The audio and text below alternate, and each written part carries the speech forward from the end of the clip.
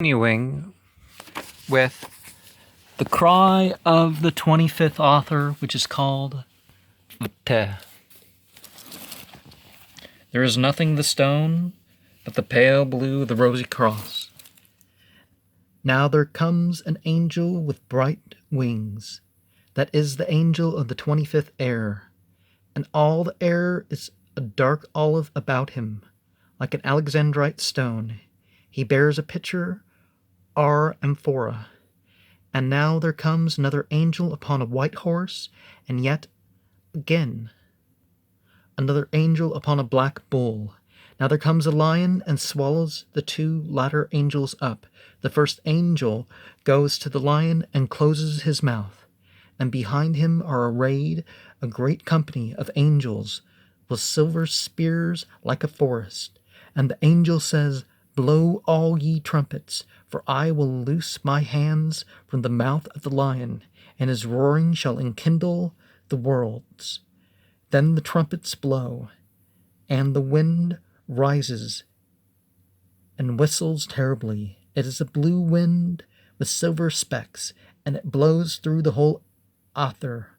But through it one perceives the lion, which has become as a raging flame, and he roareth in an unknown language, but this is the interpretation thereof. "Let the stars be burnt up in the fire of my nostrils. Let all the gods and the archangels and the angels and the spirits that are on the earth and above the earth and below the earth, that are in all the heavens and in all the hells, let them be as motes dancing in the beam of mine eye. I am he that swalloweth up death and victory. I have slain the crown goat, and drink up the great sea like the ash of dried leaves.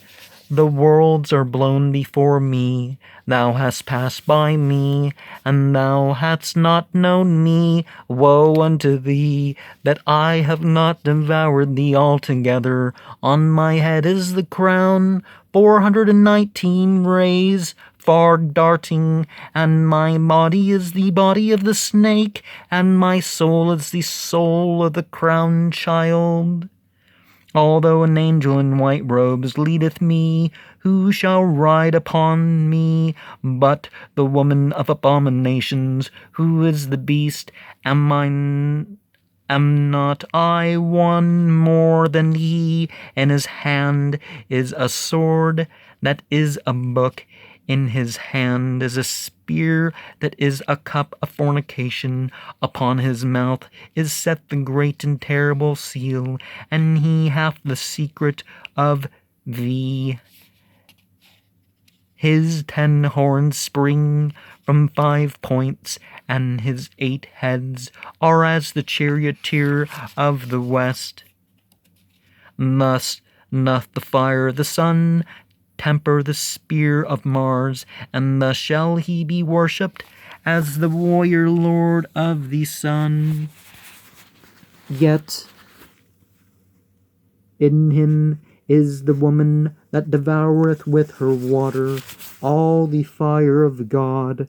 Alas, my Lord, thou art joined with him that knoweth not these things. When shall the day come that men shall flock to this my gate, and fall into my furious throat, a whirlpool of fire? And this is hell unquenchable, and all they shall be utterly consumed therein. And therefore is that asbestos, unconsumable, made pure. Each of my teeth is a letter of the reverberating name. My tongue is a pillar of fire, and from the glands of my mouth arise 4 pillars of water. Taotzem is the name by which I am blasphemed. My name thou shalt not know, lest thou pronounce it and pass by. And now the angel comes forward again and closes his mouth. All this time heavy blows have been raining upon me from invisible angels, so that I am weighed down as, with a burden greater than the world, I'm altogether crushed. Great millstones are hurled out of heaven upon me. I'm trying to crawl to the lion, and the ground is covered with sharp knives. I cut myself at every inch, and the voice comes, Why art thou there who art here? Hast thou not the sign of the number, and the seal of the name, and the ring of the eye? Thou wilt not. And I answered and said, I am a creature of earth, and ye would have me swim.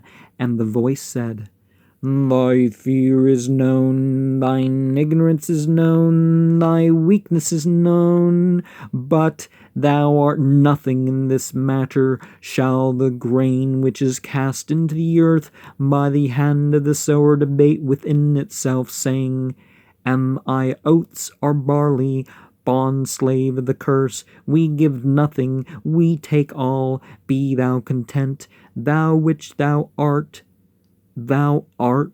be content.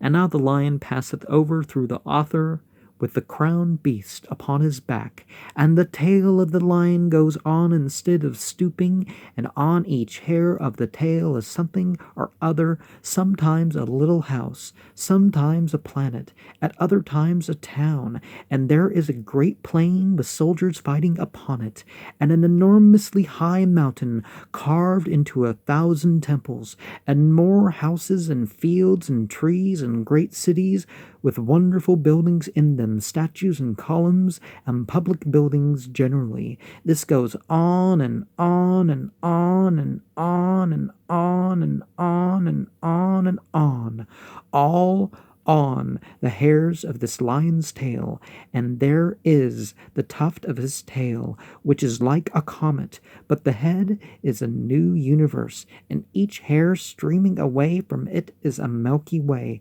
and then there is a pale, stern figure, enormous, bigger than all that universe is, in silver armor, with a sword and a pair of balances. That is only vague. All has gone into stone gray blank. There is nothing. Ain El Hajel, November 25th, 1909, 8:40 to 9:40 p.m.